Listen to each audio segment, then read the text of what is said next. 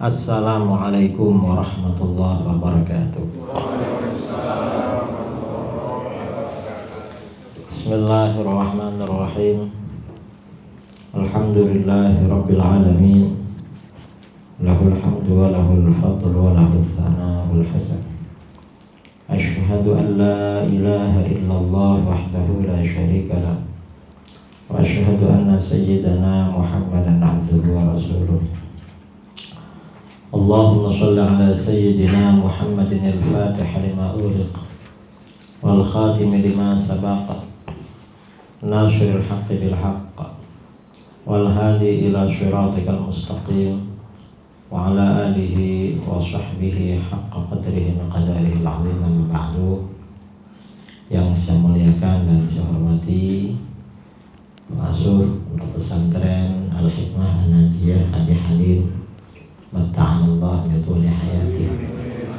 Mudah-mudahan beliau panjang umur, sehat walafiat, dan senantiasa memberikan doa, kemudian juga mengalirkan ilmunya kepada kita semuanya. Para asatidz yang juga saya hormati, jajaran pengurus Pondok Pesantren Al-Hikmah Najiyah yang saya hormati, dan para hadirin, para peserta acara bedah buku daurah ilmiah atau bedah buku Bid'ah Hasanah, sebuah pendekatan baru, yang juga saya hormati. Pertama-tama, sebelum kita memulai buku ini, mengapa saya menulis buku ini, Bid'ah Hasanah? Di negeri kita ini, juga di negeri-negeri lain, karena buku ini selain terbit di Indonesia juga terbit di Malaysia. Dan yang membaca orang Brunei, orang Singapura itu banyak baca buku ini. Nah, persoalan yang kontroversi atau khilafiyah yang sering terjadi antara kita dengan orang-orang ahli bid'ah, yaitu orang-orang khawarij masa modern atau orang-orang wahabi. Karena wahabi ini menurut kita adalah orang-orang khawarij masa sekarang, kelompok radikal, kelompok takfiri, sumbernya golongan teroris zaman ini. Yang sering terjadi perbedaan kita dengan mereka adalah persoalan bid'ah. Persoalannya bagaimana kita ini pro bid'ah hasanah, mereka anti bid'ah hasanah. Semua bid'ah adalah sesat, kata mereka. Kalau kita enggak, bid'ah itu kebanyakan sesat, tapi ada juga yang hasanah yang baik. Itu kita. Nah, karena persoalan yang kontroversi, sebagian besar berputar atau berkisar masalah bid'ah, maka dalam buku ini saya menulis tentang buku yang berjudul Bid'ah Hasanah, sebuah pendekatan baru. Nah, di dalam buku ini seperti dapat dibaca dalam daftar isi ya. Daftar isi itu lembar pertama di buku ini. Bagian pertama berbicara tentang bid'ah hasanah. Ini bagian pertama. Mulai dari pengantar, definisi bid'ah, pembagian bid'ah, dalil pembagian bid'ah, dalil Al-Quran tentang bid'ah hasanah, dalil hadis, lalu bid'ah hasanah pada masa Rasulullah SAW, bid'ah hasanah setelah Rasulullah SAW wafat, bid'ah hasanah setelah generasi sahabat. Ini yang pertama. Kemudian di akhir bab ini menjelaskan syubhat-syubhat kaum Wahabi yang anti bid'ah hasanah. Ini dijelaskan. Kesimpulannya, tanpa saya baca huruf per huruf ya, nanti biar sebagian dibaca sendiri, kemudian sebagian nanti kita baca yang ada di buku ini. Kesimpulannya bagaimana? Wahabi itu menolak bid'ah hasanah, alasannya karena hadis kullu bid'atin dhalalah. Semua bid'ah adalah sesat. Pokoknya kalau sudah ada kullu, karena sudah ada kullu ya gak bisa dibagi-bagi. Karenanya kata Syekh Utsaimin, Syekh Muhammad bin Shalih Al Utsaimin, seorang tokoh ulama Wahabi di Saudi Arabia, ketika membahas masalah kullu, Ibnu Utsaimin mengatakan bahwa ini di halaman 49, qauluhu kullu bid'atin dhalalah kulliyatun ammatun syamilatun musawwaratun bi aqwa adawati syumul wal umum, yaitu kullin. Afa ba'da hadhil kulliyah yasihhu an nuqassimal bid'ah ila aqsamin thalathah aw ila aqsamin khamsah abadan hadza la yasih. Ini redaksi ini hanya retorika. Narasinya hanya retorika, tidak ilmiah. Mengapa? Dia besar-besarkan, kata dia, hadis semua bid'ah adalah sesat bersifat general, kulliyah, umum, menyeluruh tanpa terkecuali, dan dipagari dengan kata yang menunjuk pada arti menyeluruh, musawwaratun. Ini Wahabi ini aneh, karena musawwarah as-sur itu kan istilah ilmu mantek. Dia membid'ahkan ilmu mantek, tapi istilahnya dipakai ini. Jadi mungkin dia ingin tampil bahwa dia ngerti mantek gitu, padahal dia bid'ahkan, dipakai juga. Nah, dan dipagari dengan kata yang menunjuk pada arti menyeluruh dan umum yang paling kuat, yaitu kata kul.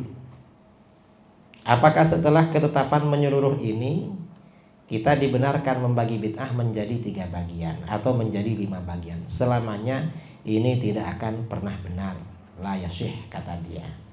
Artinya apa? Wahabi tidak mau pembagian bid'ah, ada bid'ah hasanah, bid'ah sayyi'ah. Alasannya karena kullu. Ini kata Syekh Utsaimin. Pertanyaannya, pernyataan Ibnu Utsaimin ini memberikan pengertian bid'ah tidak dapat dibagi menjadi 2, apalagi menjadi 5. Alasan utamanya adalah adanya kata kul dalam redaksi hadis di atas yang berarti semua. Nah, jawaban terhadap syubhat tersebut, jawaban kita, tidak semua kata kul dalam Al-Quran dan hadis bermakna menyeluruh tanpa memiliki pengecualian dan pembatasan. Ini kata siapa? Dalam hal ini Ibnu Utsaimin sendiri misalnya berkata, Wahabi ini gak konsisten. Ini di kitab apa? Di kitab ini Al-Ibda fi Kamali Syar'i, juga dalam syarah Aqidah Wasithiyah. Karena ada kullu maka bid'ah gak bisa dibagi-bagi. Di kitab yang sama atau di kitab yang lain dia mengatakan anna mithla hadza ta'bir kulli syai' amun qad yuradu bihil khas mithlu qawlihi ta'ala am malikati saba wa utiyat min kulli syai' wa qad kharaja syai'un katsir lam yadkhul fi mulkiha minhu syai' mithlu mulki Sulaiman. Redaksi seperti kullu syai', segala sesuatu, adalah kalimat general, kalimat umum yang terkadang dimaksudkan pada makna yang terbatas, yang khusus. Seperti firman Allah Ta'ala tentang Ratu Saba, ia dikaruniai segala sesuatu. Padahal banyak sekali sesuatu yang tidak masuk dalam kekuasaannya, seperti kerajaan Nabi Sulaiman. Nah, artinya apa? Kata Ibnu Utsaimin, kalau ada kullu berarti gak bisa dibagi-bagi. Itu ketika membahas hadis kullu bid'atin dhalalah. Tapi ketika ada bahasan lain, ada kullunya, dibagi-bagi juga sama dia. Artinya gak konsisten dia itu, saudara. Wahabi itu gak konsisten memang. Mereka itu ya kaidah dipakai kalau menguntungkan, gak menguntungkan gak dipakai. Dan bukan hanya kaidah, pengamalannya juga begitu. Wahabi itu membid'ahkan maulid Nabi, membid'ahkan. Tapi kalau Ustadz Wahabi yang suka membid'ahkan, diundang ceramah maulid, itu datang. Mengapa? Karena kalau mengadakan maulid bid'ah. Mengapa bid'ah? Karena tekor katanya, rugi. Kalau diundang ceramah maulid gak bid'ah, karena gak tekor. Sama dengan ini. Artinya mereka ini baik secara ilmiah maupun amaliyah tidak konsisten. Ini Wahabi. Jadi alasannya karena kullu itu, kullu bisa dibagi-bagi, maka bid'ah ya tetap semuanya sesat. Hadisnya cuma itu. Adapun kita yang membagi bid'ah menjadi 2, ada bid'ah hasanah, bid'ah sayyi'ah, atau bahkan menjadi 5. sesuai dengan jumlah hukum yang 5. Dalilnya itu Al-Quran, kemudian dalil hadis-hadis, itu jumlahnya ada berapa? Lebih 300. Ada kitab-kitab tentang yang membahas masalah bid'ah. Dan kitab yang paling lengkap hadisnya itu berjudul As-Sunnah wal Bid'ah, karangan As-Sayyid Abdullah Mahfud Al-Haddad, mufti di Yaman. Itu paling lengkap hadis-hadisnya. Saya punya beberapa kitab tentang masalah bid'ah. Itu banyak sekali. Dan itu antara hadis yang satu dengan yang lain kan harus dikompromikan, harus sama-sama diamalkan. Wahabi hadisnya cuma kullu bid'atin dhalalah. Apa saja dalilnya pakai itu terus. Ada orang bikin maulid, nggak boleh itu. Mengapa? Masa Rasulullah nggak ada. Nah terus, ya karena nggak ada, haram. Dalilnya kullu bid'atin dhalalah. Nanti ada orang tahlil, nggak boleh itu, haram. Kenapa? Masa Rasulullah nggak ada. Terus, ya haram. Dalilnya kullu bid'atin, apa saja kullu bid'atin. Jadi ini dalil borongan. Semuanya. Kalau bengkel itu ya ada engkol, namanya engkol Inggris atau kunci Inggris. Kunci Inggris itu kalau bautnya besar diperbesar. Nanti kalau kecil ya mirip hadis ini sama Wahabi. Dan mereka hadisnya cuma satu, ngaku pengikut ahli hadis. Kan lucu. Saya pernah dialog dengan mereka di Balikpapan tahun 2011 ya, akhir 2011. Saya tanya, antum pengikut siapa? Pengikut ahli hadis. Loh, hadisnya kok cuma satu? Saya berbicara bid'ah, hadisnya banyak. Kamu cuma satu ahli hadis. Kamu menurut kamu ya bukan pengikut ahli hadis. Pengikut siapa, Gus? Antum ini pengikut ahli hadis, bukan ahli hadis. Dan itu hadas akbar. Saya begitu. Hadas itu kan makna lain dari bid'ah gitu ya. Jadi begitu. Artinya apa? Wahabi itu gak konsisten. Kalau kita dalil bid'ah hasanah ini banyak sekali ya. Ada sabda Rasulullah SAW yang mengisyaratkan pada bid'ah hasanah. Kalau di sini ada di nomor berapa? Bid'ah hasanah itu halaman 11. Di halaman 11 ya. An Aisyah radhiyallahu anha qalat qala Rasulullah sallallahu alaihi wasallam, man ahdatsa fi amrina hadza ma laysa minhu fahuwa raddun, atau man amila amalan laisa alaihi amruna fahuwa raddun. Barang siapa yang mengada-ngadakan dalam urusan kami ini sesuatu yang tidak termasuk bagian darinya, maka sesuatu itu tertolak, berarti bid'ah sayyi'ah. Perkara baru tidak termasuk bagian dari agama, maka ditolak. Itu secara mantuk, secara tekstual. Secara mafhum, secara kontekstual, berarti kalau perkara baru yang diada-adakan itu termasuk bagian dari agama, berarti tidak tertolak. Nah artinya hadis ini secara tersirat membagi bid'ah menjadi dua. Karenanya hadis man ahdatsa ini oleh orang Wahabi jarang disampaikan. Mengapa? Ya karena mereka tahu kalau pakai ini nanti mereka ditanya balik oleh orang. Nggak dipakai. Ini Wahabi. Ini contoh ya bid'ah hasanah. Dalil hadis. Kemudian halaman 12 dalil bid'ah hasanah juga. Dari Jarir bin Abdullah Al-Bajali radhiyallahu an. Qala Rasulullah sallallahu alaihi wasallam, man sanna fil Islam sunnatan hasanatan falahu ajruha wa ajru man amila biha ba'dahu min ghairi ay yanqussa min ujurihim syai'. Wa man sanna fil Islam sunnatan sayyi'atan kana alaihi wizruha wa wizru man amila biha min ba'di min ghairi ay yanqussa min auzarihim syai'. Barang siapa yang memulai dalam Islam suatu perbuatan yang baik, maka ia akan mendapatkan pahalanya dan pahala orang yang mengamalkan setelahnya tanpa kurang sedikit pun dari pahala mereka. Barang siapa yang memulai dalam Islam perbuatan yang buruk, maka ia akan menanggung dosanya dan dosa orang-orang yang melakukan setelahnya tanpa kurang sedikit pun dari dosa-dosa mereka. Dalam hadis ini ada redaksi siapa yang memulai. Kalau memulai berarti asalnya tidak ada lalu ada. Itu namanya bahasa lain dari bid'ah. Perbuatan yang baik berarti hasanah, maka dapat pahala dan pahala orang-orang yang mengikuti. Kalau memulai perkara buruk berarti bid'ah sayyi'ah. maka dia dapat dosa dan dosa orang-orang yang mengikuti. Artinya apa? Hadis ini secara langsung membagi bid'ah menjadi dua. Bid'ah hasanah dimotivasi. Kita ini berdasarkan hadis ini dimotivasi untuk memperbanyak bid'ah hasanah. Karenanya kita menolak slogan orang-orang di luar Ahlus Sunnah, orang Wahabi seperti orang Muhammadiyah. Mereka yang membawa slogan pemurnian agama. Agama dimurnikan dari perkara-perkara baru, itu tertolak. Mengapa? Karena perkara baru yang baik dianjurkan oleh Rasulullah SAW untuk diadakan. Kok dimurnikan? Ya gak bisa. Gak bisa. Karena dianjurkan. Ini bid'ah hasanah. Tahun 2009 saya berdebat dengan Wahabi di Denpasar. Saya pakai hadis ini. Dalil bid'ah hasanah man sanna fil Islam. Akhirnya apa? Kata Wahabi itu, Kiai, itu gak bisa menjadi dalil bid'ah hasanah. Mengapa? Karena itu kan sunnah yang dibicarakan, sunnah Rasul kata.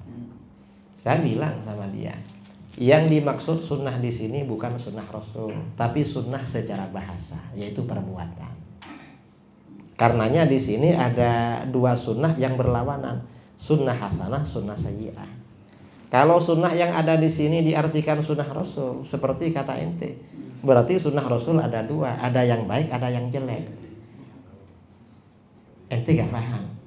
Saya bilang begitu. Akhirnya apa kata dia? Gak bisa Kiai, itu menjadi dalil bid'ah hasanah. Mengapa? Karena yang sunnah hasanah menurut Islam. Itu kan menurut Islam. Kalau seperti tahlil, maulid, menurut Islam tidak baik. Kamu gak ngerti berarti bahasa Arab, gak belajar nahwu. Ini kan man sanna fil Islam, orang yang memulai di dalam Islam. Islam ini sebagai lawan dari kata kufur. Artinya kalau orang memulai perbuatan buruk ketika dia kufur, ya gak dapat pahala. Perbuatan baik ketika kufur gak dapat pahala. Kalau perbuatan buruk ketika kufur, ya dapat dosa terus. Kalau masuk Islam ya dihapus dosanya. Jadi fil Islam ini kebalikan dari kufur. Kemudian kata si Wahabi bilang apa lagi dia? Kata dia, gak bisa itu Kiai, karena hadis ini sababul wurudnya masalah sedekah. Itu kan soal sedekah kan. Jawaban kita sababul wurudnya begitu. Tapi kan dalam kaidah usul fikih al-ibrah bi umumil lafzi la bi khususis sabab. Yang menjadi peninjauan dalam memahami nas-nas Al-Qur'an dan hadis itu melihat keumuman redaksional. Tidak terbatas ya, tidak terikat dengan sebab yang khusus gitu. Ikut redaksinya yang umum. Wahabi biasanya begitu. Ini dalil bid'ah hasanah. Kemudian kita loncat ya, kita dalil bid'ah hasanah pada masa Sayyidina Umar, pada masa sahabat. Kita pindah halaman berapa ini? Salat tarawih halaman 31. Halaman 31. Termasuk dalil bid'ah hasanah adalah perkataan Sayyidina Umar tentang sholat tarawih. Itu dua baris dari bawah. Sayyidina Umar setelah asalnya ya sholat tarawih itu kan berkelompok-kelompok di Masjid Nabawi. Sahabat yang hafal Quran itu kalau bulan Ramadan menghatamkan Quran dalam sholat. Yang gak hafal biasanya cari qori yang enak menurut dia lalu berdiri di belakangnya. Karena banyak sahabat yang hafal-hafal, masing-masing qori itu punya penggemar. Ada yang penggemarnya 10 orang, ada yang 5 orang, ada yang 2 orang. Itu qiyamul lail. Akhirnya kata Sayyidina Umar, ini yang enak jadikan satu. Akhirnya dijadikan satu. Yang menjadi imam Ubay bin Ka'ab.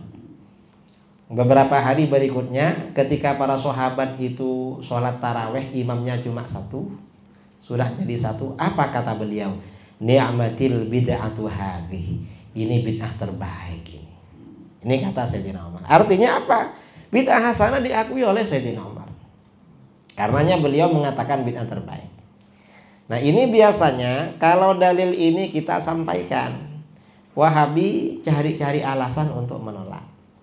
Ini pengalaman saya dialog dengan Wahabi di Manado tahun 2013 di Masjid Al-Hidayah Kota Manado. Kata si Wahabi, Gak bisa itu Kiai menjadi dalil bid'ah hasanah. Mengapa? Karena yang dimaksud bid'ah dalam perkataan Sayyidina Umar itu bukan bid'ah syar'iyah, bukan bid'ah secara syar'i, tapi itu bid'ah lughawiyah, bid'ah secara bahasa. Kata dia. Saya tanya sama dia, saya mau tanya sama kamu. Perkataan Sayyidina Umar bahwa bid'ah dalam perkataan beliau itu maksudnya bid'ah secara bahasa, itu ada penjelasan langsung dari beliau atau gak ada? Gak ada kata. Terus yang menjelaskan siapa? Saya. Nah, itu menurut kamu berarti iya. Kamu ini apa juru bicara Khalifah Umar apa bukan? Ya bukan katanya. Ya gak bisa kalau begitu. Gak bisa, gak dibenarkan. Dan kamu salah menafsirkan bid'ah dalam perkataan Sayyidina Umar dengan bid'ah secara bahasa. Mengapa? Sayyidina Umar berkata begitu dalam kapasitas beliau sebagai Khulafaur Rasyidin, dan itu jabatan syar'i. Beliau berkata begitu bukan dalam kapasitasnya sebagai guru bahasa Arab, bukan. Itu bukan pelajaran bahasa, tetapi itu kapasitas beliau, tugasnya sebagai Khulafaur Rasyidin. Berarti itu maksudnya adalah bid'ah secara syar'i. Karenanya hadis ini juga diriwayatkan di dalam kitab-kitab syara', yaitu Sahih Bukhari, bukan di kitab kamus. Saya bilang begitu. Akhirnya apa? Dia gak bisa jawab. Dan kamu kalau mengartikan bid'ah di dalam perkataan Sayyidina Umar dengan bid'ah secara bahasa, bahaya kamu. Mengapa? Sayyidina Umar ini oleh Rasulullah SAW dijadikan salah satu standar kebenaran. Beliau bersabda, Innallaha ja'alal haqqa ala lisani Umar wa qalbi. Allah menjadikan kebenaran melalui lidah Sayyidina Umar, melalui lidah Umar dan hatinya. Yang dimaksud kebenaran ini kebenaran apa? Bukan kebenaran bahasa seperti yang kamu katakan, tetapi kebenaran secara syar'i. Karenanya ini perkataan Sayyidina Umar menunjukkan kalau kami yang menerima bid'ah hasanah itu kelompok ahlul haq, ahli benar. Mengapa? Sesuai dengan Sayyidina Umar. Kamu berarti bukan ahlul haq. Gak sesuai dengan perkataan Sayyidina Umar. Akhirnya diam. Ini dalil bid'ah hasanah pada masa sahabat ya. Dan ini banyak ya. Pada masa, kalau masa Sayyidina Abu Bakar, dalil bid'ah hasanah penghimpunan Al-Quran dalam mushaf halaman 29. Pada masa Sayyidina Utsman, bid'ah hasanah azan Jumat menjadi 2, asalnya 1 menjadi 2. Karena Wahabi itu kadang bilang bid'ah itu kalau masalah duniawi gak apa-apa, kalau masalah ibadah gak boleh. Loh, azan Jumat itu bukan ibadah itu. Ibadah itu. Kok dibilang bukan ibadah.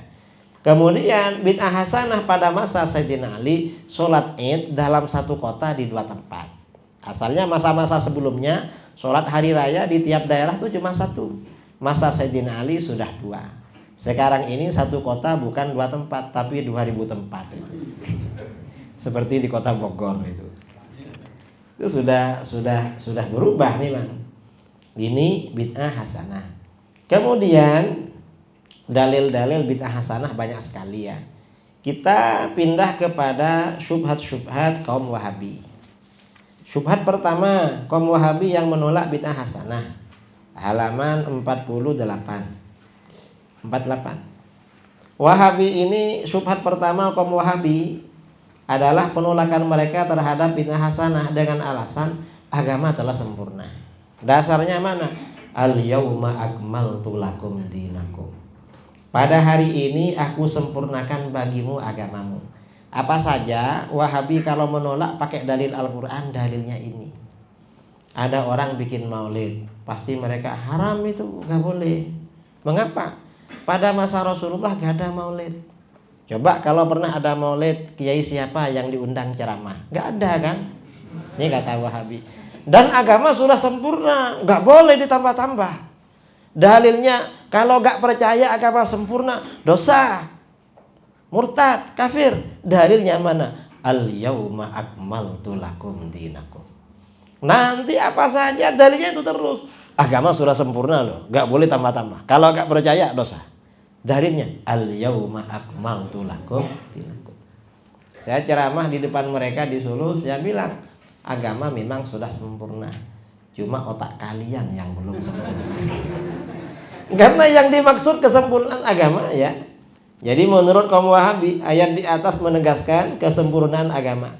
Sedangkan bid'ah hasanah adalah tambahan terhadap agama yang telah sempurna dan hukumnya jelas tidak boleh. Jawaban terhadap syubhat tersebut, yang dimaksud dengan kesempurnaan agama dalam ayat di atas adalah kesempurnaan dalil-dalil agama. Ulama salaf mengatakan begitu. Jadi bukan nggak ada bid'ah hasanah, karena bid'ah hasanah dalilnya Al-Quran dan hadis. Justru kamu yang menolak bid'ah hasanah itu mengurangi kesempurnaan agama. Karena sebagian Al-Quran dan sebagian hadis-hadis tidak kamu pakai. Kamu mengurangi berarti. Baik secara tekstual, nasson maupun secara kontekstual istimbatan. Dalil-dalil bid'ah hasanah bukanlah dalil yang berada di luar Al-Quran dan hadis. Ini syubhat pertama. Syubhat kedua tadi sudah ya. Kemudian syubhat ketiga, ini jarang, cuma orang-orang Wahabi yang ngetop yang bilang. Keempat, kelima, ini cuma ustadz-ustadz Wahabi. Jadi bisa dibaca sendiri. Nah, kemudian pada bagian kedua, macam-macam bid'ah hasanah. Bagian ini akan membicarakan beberapa hal sunnah yang dianggap bid'ah atau hal-hal bid'ah hasanah, tetapi dianggap bid'ah yang sesat. Ini oleh Wahabi. Doa susunan para ulama. Wahabi ini kalau ada doa-doa gak ada di Al-Quran dan hadis dibid'ahkan. Padahal sejak masa Rasulullah SAW, para sahabat menyusun doa sendiri. Dan oleh beliau dibiarkan, bahkan dipuji-puji. Ini contoh doa susunan para ulama. Karenanya kita ya menerima doa-doa susunan para ulama. Tadi doanya Abi ketika mau baca Fatihah itu panjang sekali. Saya nanti minta itu karena mengamalkan hadis ini. Doa para ulama. Kemudian juga ya, yang kedua, zikir campuran. Kita ini kalau bikin zikir ya, di antara bid'ah hasanah yang berkembang dunia Islam adalah zikir campuran antara ayat Al-Quran, sholawat, tasbih, tahmid, tahlil dan lain-lain. Untuk campuran antara ayat-ayat Al-Quran yang tidak berkumpul dalam satu ayat, ada hadis Ali bin Abi Thalib yang telah dikutip sebelumnya. Sedangkan untuk zikir campuran antara ayat Al-Quran, sholawat dan lain-lain, seperti yang ada dalam komposisi bacaan tahlil. Tahlilan itu kan campuran itu. Oleh Wahabi ditanya, itu kok campuran? Mana dalilnya? Loh, sholat kan campuran juga kan. Orang sholat kan bacanya masa satu. Itu campuran juga ya, gak apa-apa, biar orang gak bosan campur-campur. Kita makan ya, makan tuh kalau cuma ayam aja, gak ada nasinya, gak ada sambalnya, gak enak memang. Zikir ya begitu, campuran. Dasarnya mana kalau dalil hadis? An Anas radhiyallahu an, anin Nabi sallallahu alaihi wasallam qala. Ini, inna lillahi sayyaratan minal malaika yatlubuna hilaqadz dzikri. Fa idza atau alaihim wa haffu bihim thumma ba'atsu ra'idahum ila as-sama' ila rabbil 'izzah subhanahu wa ta'ala fayaqulun rabbana ataina 'ala 'ibadi min 'ibadik yu'azzimuna ala'ak wa yatluna kitabak wa yusalluna 'ala nabiyyika Muhammadin sallallahu alaihi wasallam wa yas'alunaka li akhiratihim wa dunyahum fayaqul tabaraka wa ta'ala ghashuhum rahmati fayaqulun ya rab inna fihim fulanan al-khata' innama tanaqahum i'tinaqan fayaqulu tabaraka wa ta'ala ghashuhum rahmati fahumul julasa la yashqa bihim jalisuhum. Artinya di dalam hadis ini zikir itu campuran. Berarti zikir campuran gak apa-apa, dianjurkan itu. Kemudian sholawat susunan para ulama. Ini dasarnya ada ya, karena ini sebagian sahabat menyusun sholawat sendiri. Baik pada masa Rasulullah SAW maupun setelah Rasulullah wafat. Ini tadi. Kemudian amalan dari mimpi. Kita ini dapat mimpi kemudian diamalkan. Ini ada dalilnya juga. Karena Wahabi membid'ahkan biasanya. Mengapa?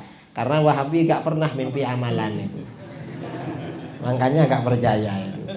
Kalau ada orang ahlus sunnah mimpi Rasulullah, mereka gak percaya. Mengapa? Mereka gak pengalaman. Kemudian maulid Nabi SAW halaman 68. Kalau maulid Nabi ini kita sudah sering maulid. Banyak dalilnya ini. Ini maulid Nabi ya. Kemudian berapa dalilnya? Banyak sekali.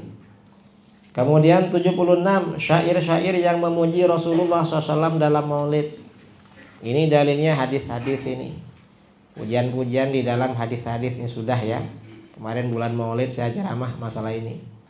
Rebana halaman 84, Rebana menyertai maulid Nabi SAW. Ini ada dalilnya juga. Halaman 85. Istighfar setelah sholat 5 waktu, halaman 86. Biasanya kalau istighfar yang panjang, yang dulu ya, yang dari murid-muridnya Imam Al-Ghazali. Dulu dari masyayikh itu halaman 86. Astaghfirullahalazim li wa li walidayya wa li ashabil huquqil wajibati alayya wa li jami'al muslimin wal muslimat wal mu'minin wal mu'minat al ahya minhum wal amwat. Ini istighfar panjang. Ini biasanya ya dibaca 3 kali. Dulu di Jawa Timur, kalau di Bogor ada. Sama kan ya, masih sampai sekarang. Lebih panjang lagi di Bogor. Yang panjang. Ada masyaikhina, wasatitatina, wasairil muslimin. Ini dasar-dasarnya banyak ini.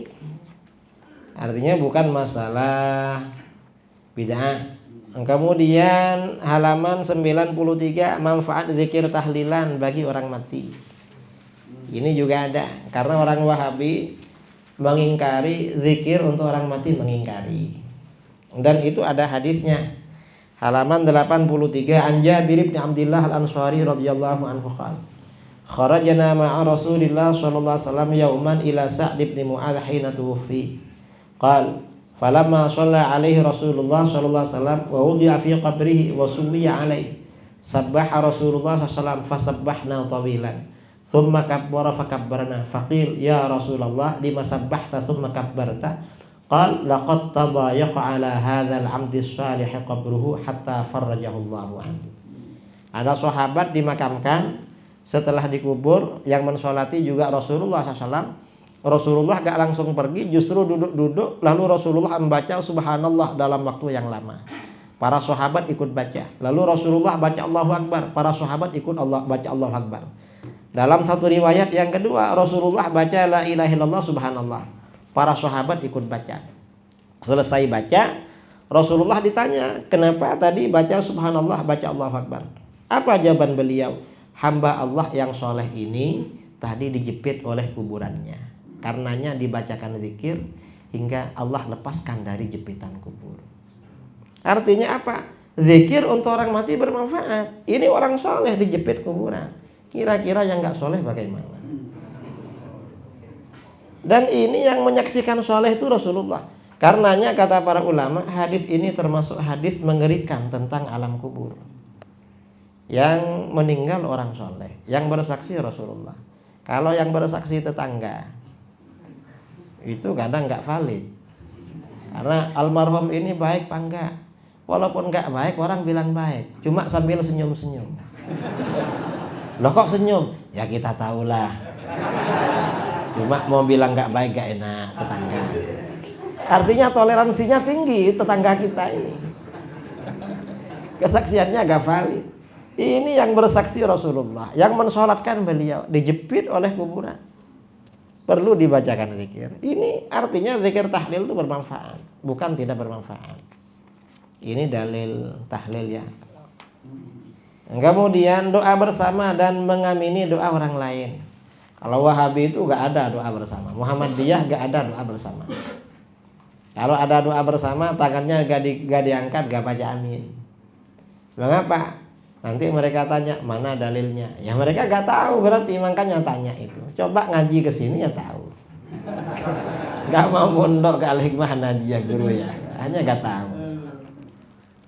Ini dalil-dalil doa bersama dan mengamini doa orang lain. Ini banyak sekali saudara. Kemudian kesunahan halaman 105 mengusap wajah setelah berdoa. Ini juga banyak dalilnya. Dalilnya banyak. Artinya itu amalan sunnah sebenarnya, cuma oleh Wahabi dibid'ahkan, ya kita jelaskan. Tradisi kebaikan dalam hari-hari tertentu. Tradisi kenduri 7 hari, kemudian hari ke-40 100.000 itu juga ada dasarnya. Syekh Nawawi Al-Bantani menjelaskan itu. Kemudian dalil-dalilnya dari kitab-kitab hadis.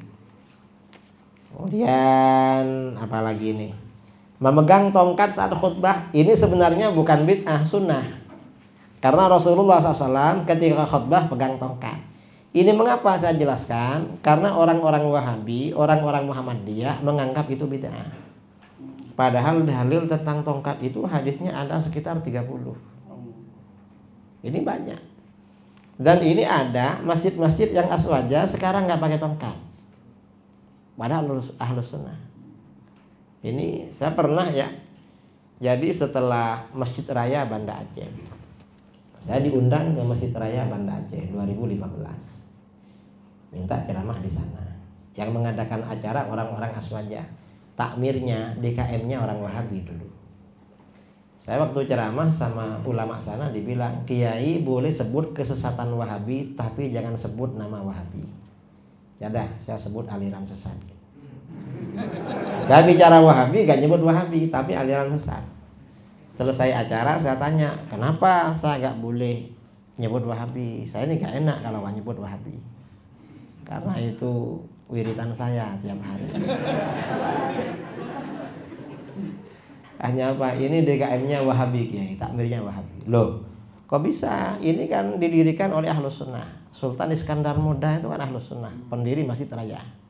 Orangnya Syafi'i.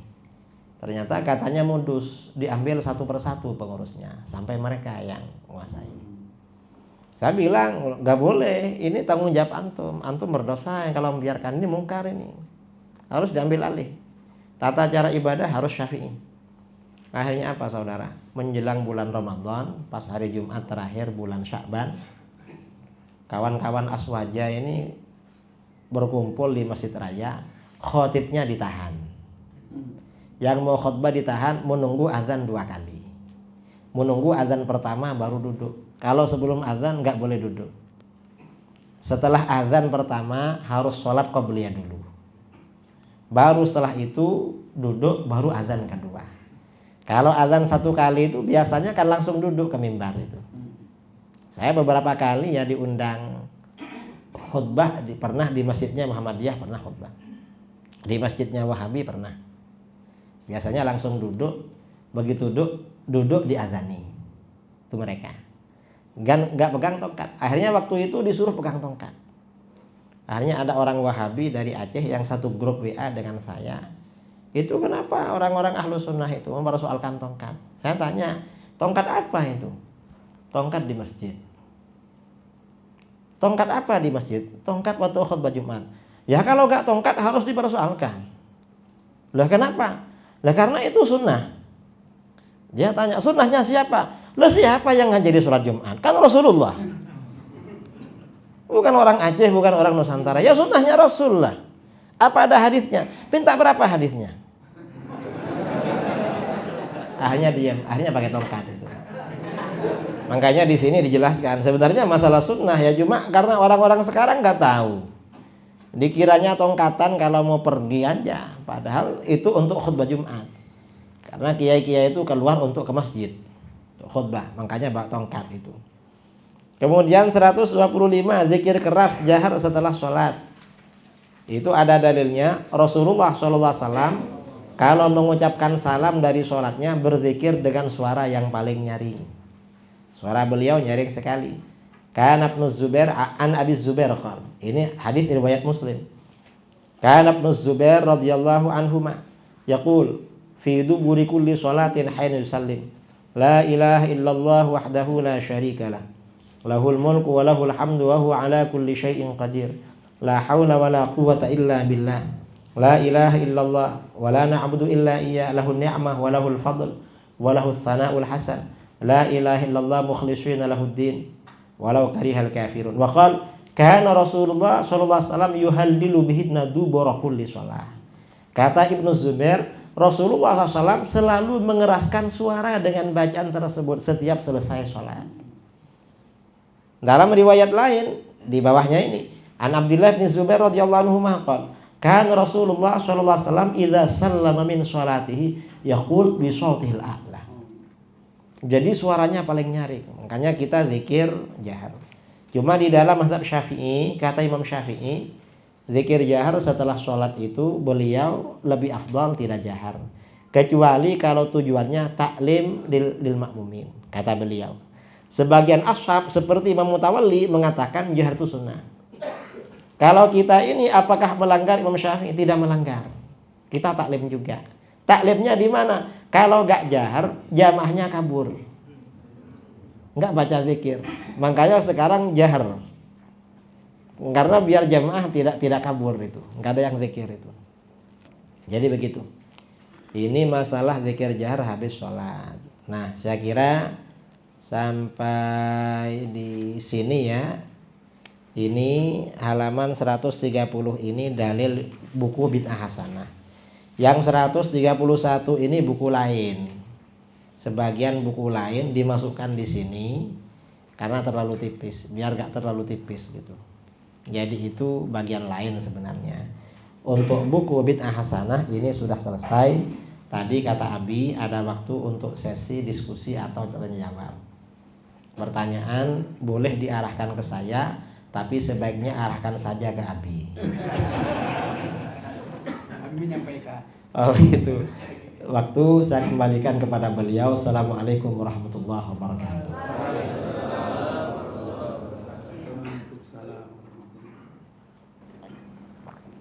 Kita mengajukan pertanyaan kepada beliau karena harus memanfaatkan berharganya kehadiran beliau di tengah-tengah kita. Kalau sampai tidak ada pertanyaan yang baru saya juga ini. Silakan kita coba siapa di antaranya yang akan bertanya. Silakan dulu, kita coba dulu, ada 1, 2, 3, ya 4. Banyak ya, alhamdulillah. Saya ingin tahu doang. Ya, yang dekat dulu. Silakan nak. Ya silakan pakai itu boleh, tidak juga enggak. Assalamualaikum warahmatullahi wabarakatuh. Terima kasih atas waktunya. Pak Kiai, saya ingin bertanya. Sebenarnya alhamdulillah ini dalilnya sudah saya temukan. Di antaranya peringatan tahlil 1 sampai 7, kemudian 40, 100 hawal dan lain sebagainya. Cuma kadang ketika kita bertemu dengan sahabat kita itu, saudara kita itu, mereka nggak mau dengar dalil, nggak mau dengar hadis.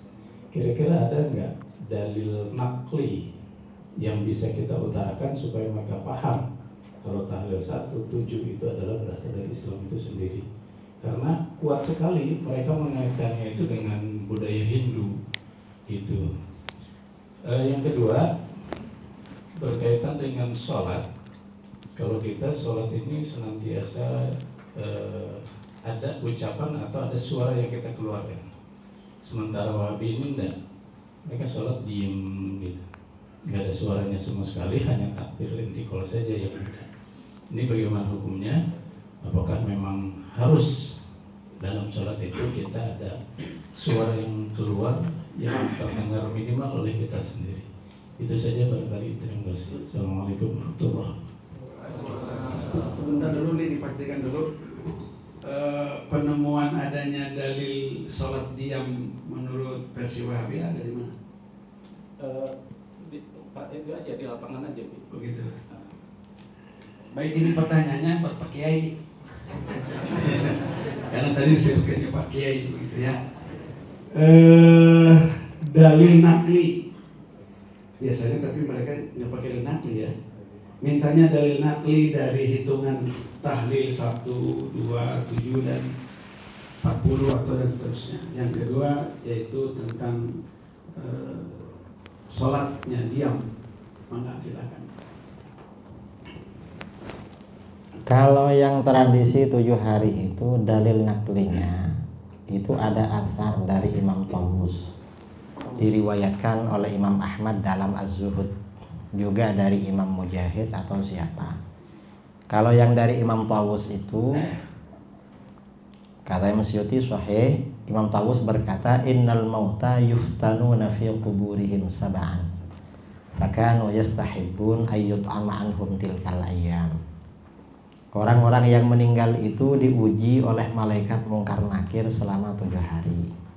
Karena itu para salaf, sahabat dan tabi'in menganjurkan sedekah makanan untuk orang mati selama 7 hari.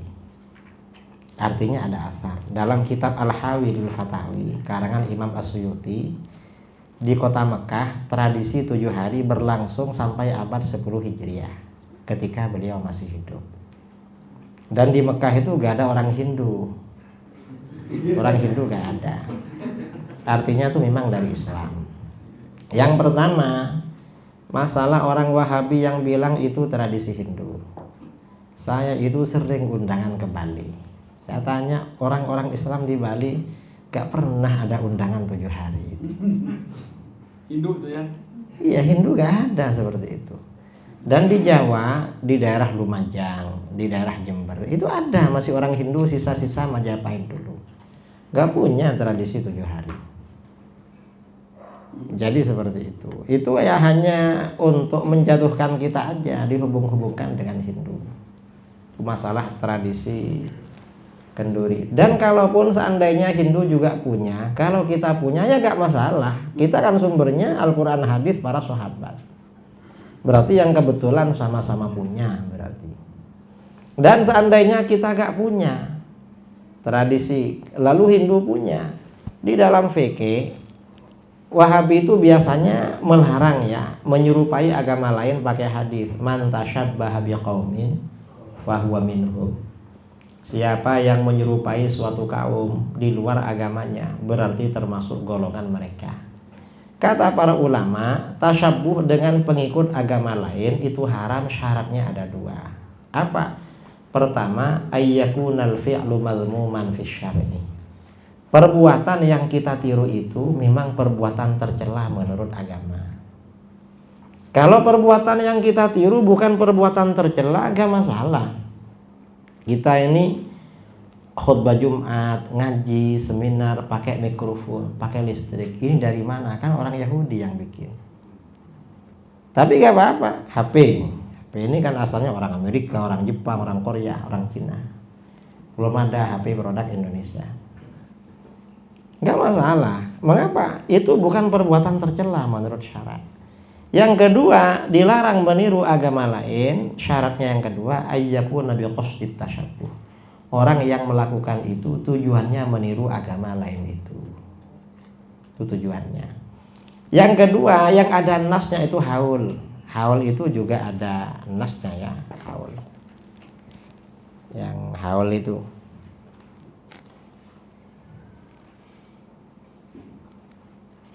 dimana kalau haul itu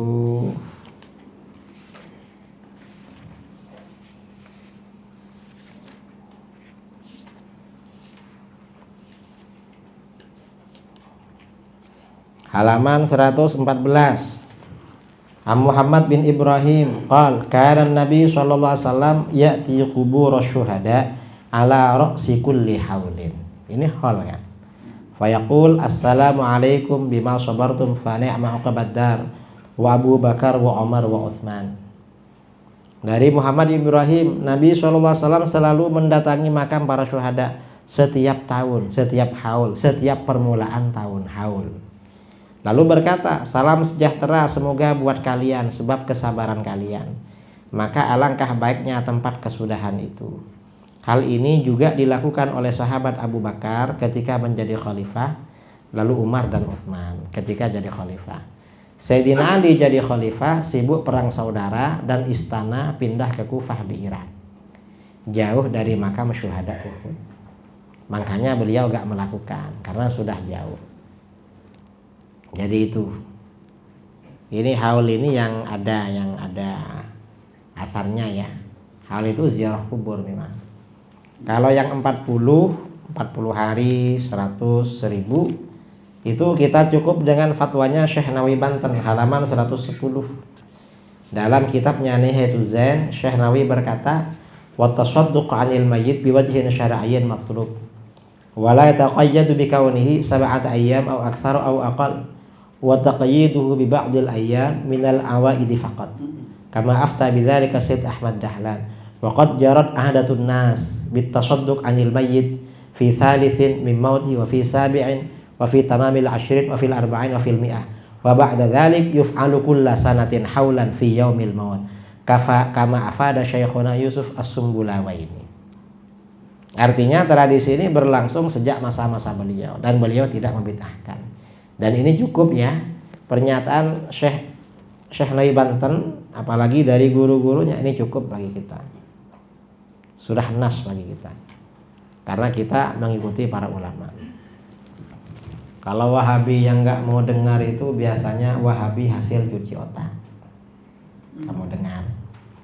Saya ada teman di rumah, mantan Wahabi. Setelah keluar dari Wahabi, pergi ke rumah belajar di rumah. Saya tanya sama dia, kamu dulu waktu jadi Wahabi, kalau mendengar ustadz-ustadz aswaja menyampaikan dalil masuk akal, kamu nggak bisa jawab ya apa? Stres kiai katanya. Kita sudah membid'ahkan, ternyata mereka ada dalil. Pikiran kita gak bisa membantah, bingung, minder. Lalu kita sampaikan pada ustadz. Setelah disampaikan, ustadz biasanya memberikan obat penenang. Apa obatnya? Jangan dengarkan, itu syubhat. Biasanya begitu. Obat penenangnya cuma itu. Nah, kalau orang-orang yang begitu ya gak bisa, emang gak dapat hidayah itu. Tapi sekarang ini banyak perubahan saudara. Saya bulan Maret tahun kemarin diundang di Jawa Tengah, seminar dialog. Pesertanya siapa? Sekitar 50 orang ustadz-ustadz Salafi Wahabi. Ada alumni Yaman, alumni Saudi, alumni lain-lain. Saya sendirian. Saya dialog dengan mereka perbedaan sifat 20 dengan tauhid 3 Wahabi. Mulai selesai sholat Jumat sampai menjelang maghrib. Dan alhamdulillah mereka menerima. Bahkan mereka sudah kunut. Sekarang belajar fikih Syafi'i. Dan mereka bertaubat memang. Malah menceritakan cerita-cerita lucu ketika masih Wahabi. Kemarin ya bulan Desember, bulan 11 saya kesana lagi, saya jumpa dengan sebagian yang dulu ikut itu. Kata dia apa? Saya ketika masih Wahabi capek Kiai. Kenapa? Saya dulu belajar di Yaman. Saya kalau hari Jumat biasanya dan kawan-kawan mengunjungi murid-muridnya Habib Umar. Murid-muridnya Habib Umar kalau hari Jumat ke kuburan. Saya ngomong begini, ini orang jauh-jauh dari Indonesia, kesini cuma ke kuburan katanya. Nggak ada kerja lagi. Kami bilang begini dulu katanya. Saya dan kawan-kawan dulu disuruh pakaian sunnah. Apa pakaian sunnah? 3 lapis. Yang pertama celana cingkrang, jadinya separuh betis. Lalu di luarnya sarung separuh betis. Di luarnya lagi gamis separuh betis. Terus olahraganya sepak bola kan. Gimana main sepak bola pakai baju 3 lapis seperti itu? Pada waktu itu, karena kalau pakai celana aja bid'ah. Harus ada sarung, ada gamisnya. Ketawa-ketawa sekarang itu mengenang masa lalunya. Bahkan syekh-syekhnya kadang diceritakan itu. Artinya apa? Ustadz-ustadz Wahabi yang sekarang kembali ke Ahlus Sunnah itu banyak. Bukan 1-2 orang, tapi puluhan. Yang jumpa dengan kita itu sekitar 50. Bahkan waktu pertemuan itu minta pertemuan lagi ke saya waktu itu bulan Maret. Kiai, kalau bisa ada pertemuan lagi, Kiai bahas masalah jimat. Saya bilang, ya nanti kalau pertemuan, jimat itu ada yang syirik, ada yang enggak. Saya bilang, yang syirik itu kalau mengandung kesyirikan. Kalau enggak mengandung kesyirikan, ya enggak. Saya sampaikan seperti itu. Artinya ya terjadi perubahan memang. Memang kalau Wahabi yang enggak mau dengar ya sulit. Tapi kalau mau dengar dengan kepala dingin, dengan hati yang jernih, insya Allah mereka bisa sadar kembali kepada Ahlus Sunnah wal Jamaah. Wallahu a'lam. Sholat diam. Okay. Diam kan orangnya diam. Kalau Wahabiyah sholat diam, misalnya nggak baca-baca, nggak baca Fatihah, itu nggak sah sholatnya itu. Kalau baca dalam hati gak sah, bukan baca namanya itu. Kalau dalam hati itu nama merenung, merenungkan. Kalau baca itu dengan mulut dan minimal harus didengar oleh dirinya sendiri, itu minimal. Kalau gak gitu misalnya cuma diam, bukan baca namanya, termenung. Atau mungkin ketiduran dia. Wahabinya itu lagi tidur. Ini mana?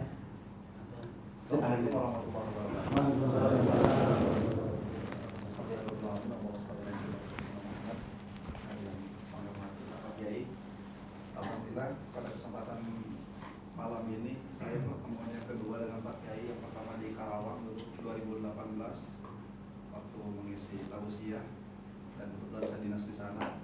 Setelah ini tahun ini saya hijrah ke sini, ketemu dengan Abi dan alhamdulillah bisa berwajah langsung. Saya cara langsung aja Pak Kiai, saya juga punya teman yang sama-sama hijrah, cuma hijrahnya mungkin saya ikut sama Abi gitu kan. Teman itu ikutnya dengan ya bapak-bapak yang di sana yang jidatnya ada hitam. Yang menjadi permasalahan karena sampai detik ini saya masih berteman dengan teman saya ini karena saya menganggap itu bagian dari saudara saya karena masa lalunya terjun di dunia hitam. Akan tetapi setiap update status saya itu dia selalu membidangkan tentang apa yang saya lakukan gitu dan sunnah-sunnah yang dilakukan seperti tahlilan dan lain sebagainya.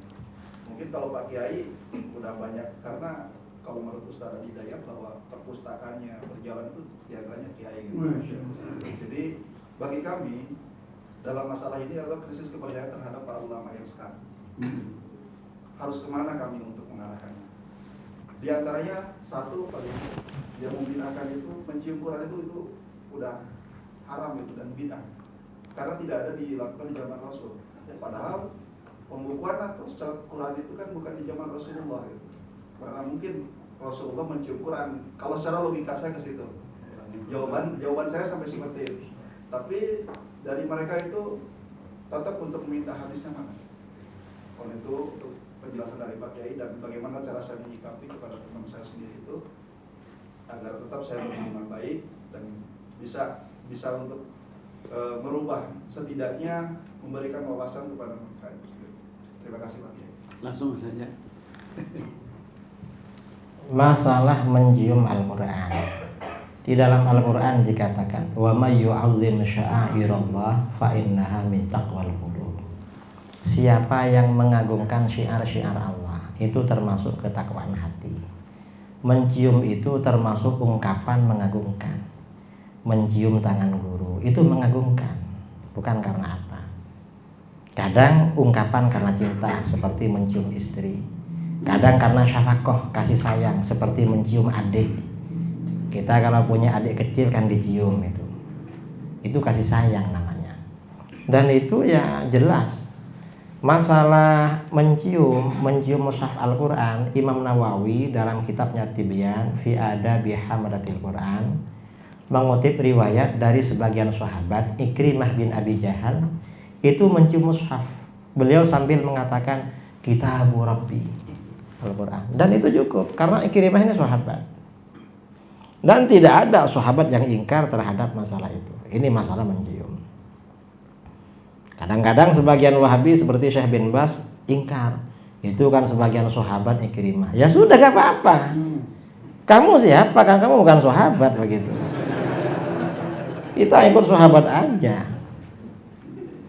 Dan ulama-ulama kita, Imam Nawawi dan lain-lain itu menerima terhadap itu walaupun sahabat. Kamu gak menerima ya terserah kalau gitu. Ini kan urusan suka gak suka berarti kan. Bukan karena gak ada dalilnya.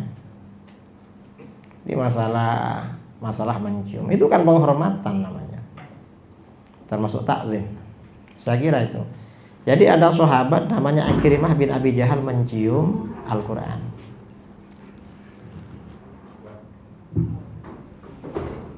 Pak Kiai, kita biasanya selesai itu jam 10. Kadang-kadang jam 10 lewat 10. Kita minimal ada 10 lagi. 10 menit lagi. Silakan di sebelah sini tadi, Pak. Ya. Assalamualaikum warahmatullahi wabarakatuh. Waalaikumsalam.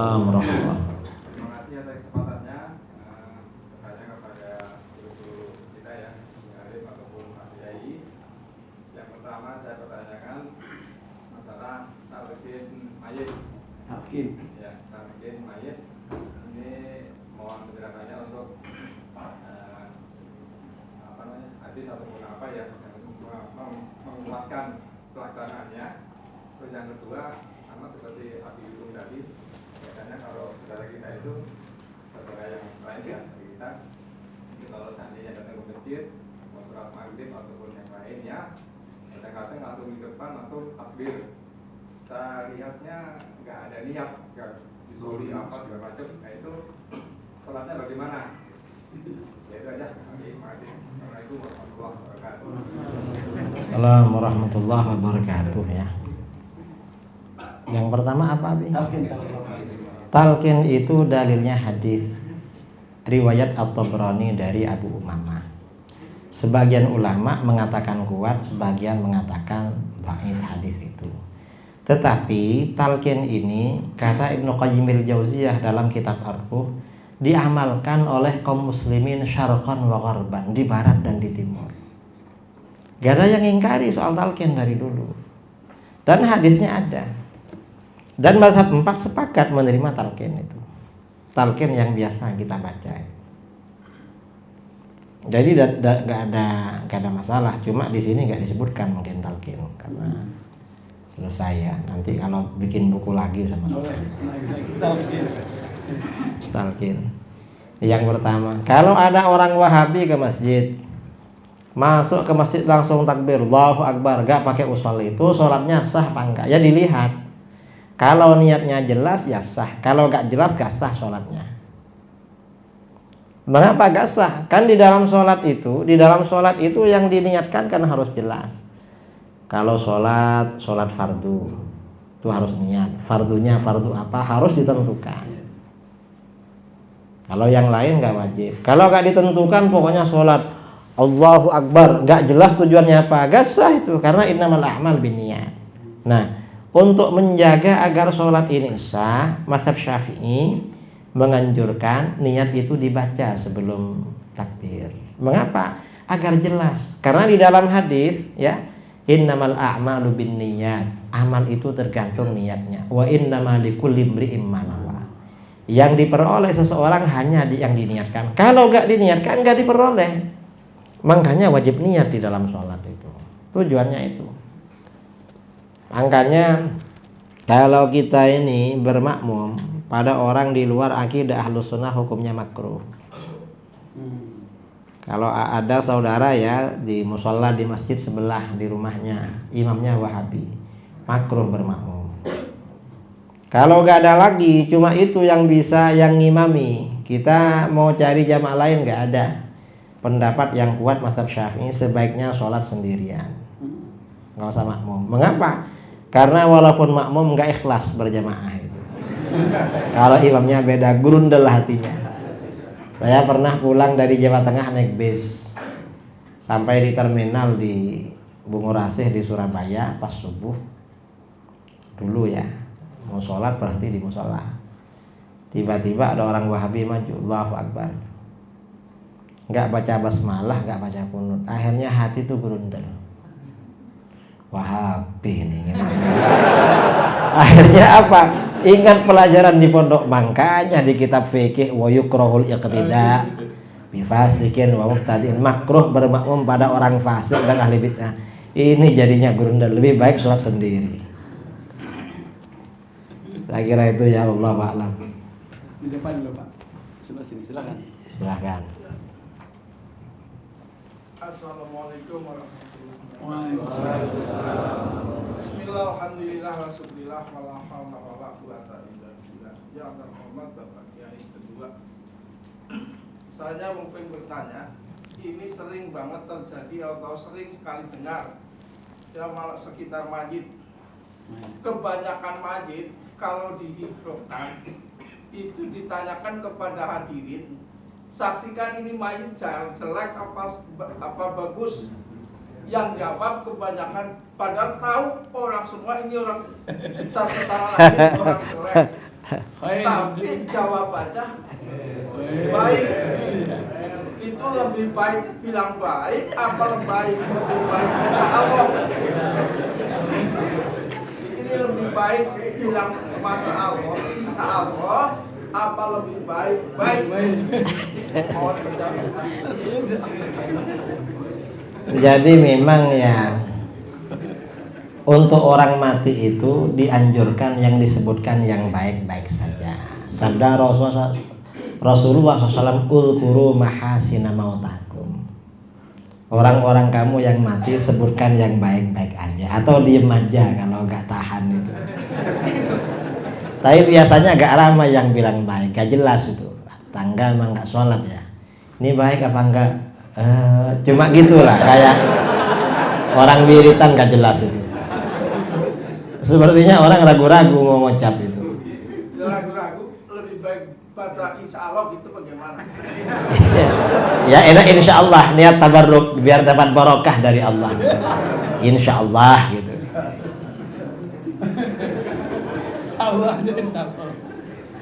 Memang masyarakat kita ini toleransinya tinggi. Tapi jangan disebut kejelekannya. Oh, ini nggak sholat, ini nakal. Ya biar sudah. Karena akan menyakiti yang masih hidup itu. Terakhir di ujung tadi ada tuh. Ada, ya Pak, silakan. Assalamualaikum warahmatullahi wabarakatuh. Waalaikumsalam. Mohon nasihatnya, jadi saya punya orang tua salafi, ibu saya salafi, dan bapak saya Ahlussunnah. Kira-kira gimana Pak Kiai menyikapinya? Bapaknya salah. Bapaknya Wahabi. Mereka, ibu saya sama bapak saya udah pisah. Hah? Sudah bisa. Ya. Yang Wahabi yang ayah Pak Ibu? Ibu. Ibunya Wahabi, ayahnya Ahlussunnah. Sudah pisah. Ya, masalah seperti ini kamu tetap wajib berbakti pada kedua orang tua, seperti yang diperintahkan di dalam Al-Quran.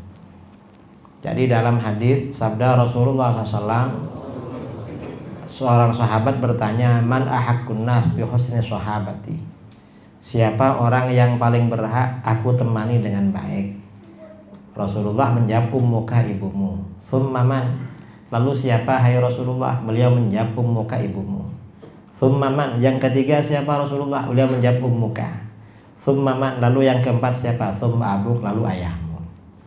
Artinya kalau kebaikan itu 100, yang 75 untuk ibu, yang 25 untuk ayah. Tetap begitu. Karena itu walaupun ibu, orang tua, muslim atau musyrik sama saja, tetap seperti itu. Dan kalau kamu baik, bisa jadi nanti menjadi perantara ibu tuh dapat hidayah, akhirnya kembali ke Ahlussunnah wal Jamaah. Dan kewajiban kita kepada orang tua ya, kan di dalam Al-Quran itu, wa qadha rabbuka alla ta'budu illa iyyah wa bil walidaini ihsana. Imma yablughanna 'indaka al-kibara ahaduhuma aw kilahuma fala taqul lahumā uff. Berkata uff itu gak boleh. Wala tanharhuma, jangan membentak. Berdebat juga gak boleh. Wa qul lahumā qawlan karima. Katakan pada keduanya kata-kata yang mulia. Kata-kata yang mulia pada orang tua itu, kata ulama salaf ya, ibaratnya kalau ada seorang budak punya salah sama sayyidnya, sama majikan, atau karyawan punya salah sama bos, takut gak digaji, takut diberhentikan kerja. Bosnya pemarah, temperamen, kira-kira cara bicaranya gimana? Para orang tua seperti itu. Kemudian wakhfid lahuma janahadz-dzulli minar rahmah. Rendahkan pundak kehinaan pada kedua orang tua karena menyayangi mereka. Wa qul, katakan rabbirhamhuma kama rabbayani shaghira. Kedua orang tua tetap doakan. Walaupun Wahabi seandainya meninggal, ya kita tahlilkan, bacakan Quran di kuburannya. Karena mendoakan orang tua itu hukumnya wajib. Jadi itu. Dan kalau perlu ya banyak doakan kepada Allah, barangkali kembali kepada Ahlussunnah wal Jamaah. Karena kalau banyak didoakan bisa seperti dibacakan surat Fatihah itu. Banyak didoakan aja. Insya Allah itu kalau terus menerus bisa menjadi perantara ibunya sadar kembali kepada Ahlussunnah wal Jamaah. Ini ada cerita ya. Saya pernah di Manado. Ada orang tanya, gimana Kiai kalau anak nakal? Anak kita nakal biar taat sama orang tua. Saya ingat ijazah dari kiai-kiai di Jawa Timur, orang tuanya bacakan surat Fatihah 21 kali sehabis surat Maghrib untuk anak yang nakal. Selesai acara, ada orang menghampiri saya, Kiai, saya mau cerita, saya mau kenalan. Sampean siapa? Nama saya ini, saya asalnya Jawa Tengah dari Temanggung, dari Ngadirejo katanya. Oh, saya sering ke sana. Saya biasanya bermalam di rumahnya Kiai Harun Asrawi. Loh, saya mau cerita beliau, Kiai. Itu guru saya. Gimana? Ayah saya itu dulu gak sholat. Sampai setelah tua, sering kita nasihati, ya sholat ya. Ayah sudah tua. Ayah biasanya bilang, wis kamu gak usah ngurus ayah lah. Nanti yang ngadep mungkar nakir ya ayah sendiri. Kamu gak usah ikut-ikut katanya. Percaya dia kalau sendirian menghadap malaikat mungkar nakir. Akhirnya apa? Saya menghadap guru saya almarhum Kiai Harun. Kata Kiai Harun, kamu anjur setiap selesai sholat baca Fatihah untuk ayah kamu. Berapa kali Kiai? Terserah. Pokoknya yang istiqomah, yang khusyuk. Akhirnya sejak itu setiap habis sholat saya baca Fatihah untuk ayah saya. Lama-lama apa yang terjadi? Setelah beberapa lama saya pulang ke rumah, masuk kamar ayah, di meja itu ada buku tuntunan sholat. Saya tanya sama mama, "Mah, itu mama ya yang naruh buku tuntunan sholat?" "Enggak, saya nggak tahu." Saya tanya adik saya, "Itu di kamarnya ayah kok ada buku tuntunan sholat?"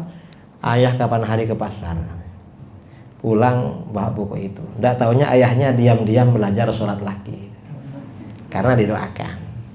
Karenanya Fatihah itu memang dahsyat saudara. Fatihah itu didoakanlah kepada Allah, barangkali nanti segera dapat hidayah dari Allah Subhanahu wa taala. Itu kisahnya, Allahu a'lam. Ya, alhamdulillah ya, tepat kita waktunya. Cuman saya juga ingin bertanya nih, terakhir. Pertama, ini ada Kiai dalam halaman 24, 25. Ini mungkin salah cetak atau gimana ini? Di hadis Ali bin Abi Thalib. Halaman 25. Halaman 25. 24, 25. Ini memang ada versi lain atau memang salah cetak begitu?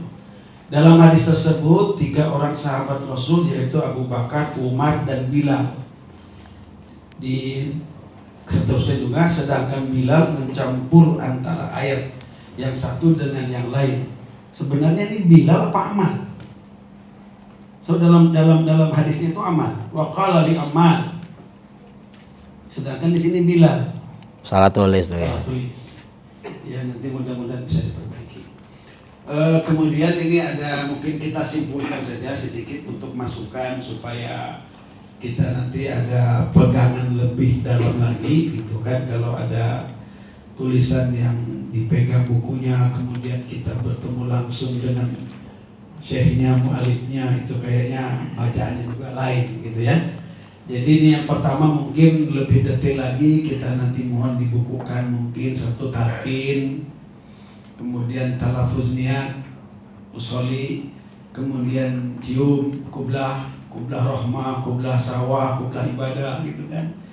Mencium tangan lah, maksudnya mencium tangan, mencium Quran. Kemudian azan mungkin nanti ada azan lahir, kemudian azan di kubur. Ya, ini juga mungkin kita mintakan nanti, mudah-mudahan dijadikan buku. Ini tasbih, kita nih santri ini ada yang disuruh membuang tasbih, gitu kan. Sementara kita musalsal di sini tasbih, menambah sabah ini, kemudian ada santri yang di Jumat itu disuruh membuang tasbih. Nah, barangkali nanti juga kiai nanti mungkin lebih lagi, nanti ada lagi di sini. Kemudian ziarah, ya dengan macam-macam ziarah, ini terutama ziarah ibu-ibu.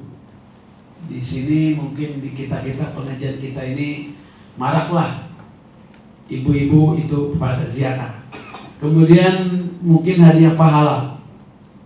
Iya, Hidup Sawab ini saya tapi lihat di YouTube-nya sampai ada yang kabur itu ya. Pak Kiai itu di mana itu dulu kita ya. Sudah ada sebetulnya, cuman kalau dibukukan barangkali lebih bagus lagi. Kemudian untuk Fatihah ini, mempatihahi baik orang yang masih hidup atau yang sudah meninggal. Karena kami atau kita di sini kan memang sedang membahas Fatihah, sehingga kalau mendoakan pakai Fatihah kita. Kemudian kita ngobatin Fatihah, apa aja lahnya Fatihah. Nikahan Fatihah, sunatan Fatihah gitu kan, semuanya Fatihah. Kemudian ada lagi mungkin yang biasa ini ada susunan dari Syekh juga tentang hizib, kemudian tentang ratib dari Syekh Bantuan Makil Banjari. Ini juga mungkin ada yang harus kita seringlah kita dibinahkan karena kita baca ratib, kemudian kita baca hizib, dan juga ada zikir-zikiran kita yang biasa kita dawamkan, apalagi di Majmu Syarif gitu. Tadi barangkali jimat ini juga penting karena di sini banyak yang pokoknya jimat nih. Mudah-mudahan jimatnya jimat boleh gitu ya. Kemudian mungkin yang terakhir yang kita usulkan ini mengenai sesajen. Sesajen itu syirik. Ya, mungkin ini masukan barangkali yang karena ini kita ini yang masya Allah ya sekarang ini di dunia kita, di depan kita, di mana-mana kita ini banyak sekali masalah-masalah yang merusaklah, menggoyangkan keyakinan kita yang sudah kita amalkan. 5 menit lagi sebagai ucapan akhir dan penutup dari Pak Kiai, saya persilakan. Terima kasih ya. Tadi banyak masukan dari Abi. Ada beberapa poin yang perlu ditulis, mungkin di buku ini atau di buku lain. Memang waktu saya menulis buku ini, persoalan-persoalan yang ada di sini yang sering ditanya sama orang. Saya ceramah mulai dari Sabang sampai Papua, di Malaysia, seluruh Malaysia sering ditanya itu. Akhirnya ya saya tulis. Ternyata setelah buku ini jadi ada pertanyaan-pertanyaan lain yang sebagian tadi disampaikan oleh Abi. Ya mudah-mudahan Allah memberikan pertolongan pada saya dan pada kita semua untuk menjelaskan itu kepada kaum muslimin. Agar ini termasuk mimbabil ihtimam bi umuril muslimin. Karena malam yahtamma bi amril muslimin falaysa minhum. Kita harus peduli persoalan-persoalan yang menimpa kaum muslimin, kita harus peduli. Kalau ada persoalan orang tidak tahu, kita harus menjelaskan, karena itu amanah. Kalau enggak, kita diancam oleh Rasulullah SAW, bukan bagian dari kaum muslimin. Ancamannya seperti itu. Jadi insya Allah nanti yang ada masukan-masukan dari Abi, insya Allah kita tulis. Dan sebagian memang sedang ditulis, cuma berbulan-bulan enggak selesai-selesai. Mungkin karena banyak safari kemana-mana. Dan sebenarnya acara ini bulan kemarin karena masuk angin gak enak badan. Akhirnya saya minta maaf yang sebesar-besarnya. Tapi alhamdulillah malam ini saya ditakdirkan kembali bisa bersilaturahmi di pondok pesantren tercinta ini, Al Hikmah Najiyah. Mudah-mudahan pesantren ini semakin makmur dan menjadi tempat regenerasi orang-orang soleh dan solehah. Amin Allahumma amin. Saya rasa itu dari saya. Walafu minkum. Assalamualaikum warahmatullahi wabarakatuh. Kita sampaikan ucapan terima kasih, jazakumullah khair jaza kepada kiai kita. Mudah-mudahan pertemuan kali ini bukan pertemuan yang terakhir. Nanti kita akan lagi membahas tentang yang akidah itu. Mana yang dari azan jadi azan? Sifat 50. Itu juga penting sekali. Nanti akan kita mudah-mudahan Bang Lukman dengan sahabat-sahabat yang lain bisa mengagendakan kita. Hadirin kita tutup pas dengan jam 10 lewat 10 di jam di belakang. Kita baca kifarah majlis. Subhanakallahumma wa bihamdika asyhadu Terima kasih kepada hadirin semuanya. Kita ada kue biasa itu mah ya. Silakan nanti dengan para santri. Kemudian kita atau saya menyampaikan lagi, Bapak-bapak, sedikit saja. Kita sedang menggarap pembangunan majelis taklim, kemudian madrasah diniyah, dan juga telah melakukan kemarin pembebasan tanah karena kita di sini agak susah mengembangkan pembangunan di sini. Kita sudah penuh dan saya ingin memisahkan antara santri perempuan dan santri laki-laki. Kemudian ini juga majelis sudah penuh, tapi di sini agak susah. Maka sebagai wacana pesantren An-Najiyah kembali ke awalnya, yaitu di Sadek. Yang sedih ya, yang sedih. Kita tetap kita akan membangun. Pak Yai juga mau dijadikan di Bogor. Di Cijeruk kan jadi kan? Yang dulu itu kayaknya fasil. Oh gitu ya. Kita doakan lah mudah-mudahan nanti mendekat ke Bogor. Bogor jadi menjadi aswaja betulan. Itu saja. Wassalamualaikum warahmatullahi wabarakatuh.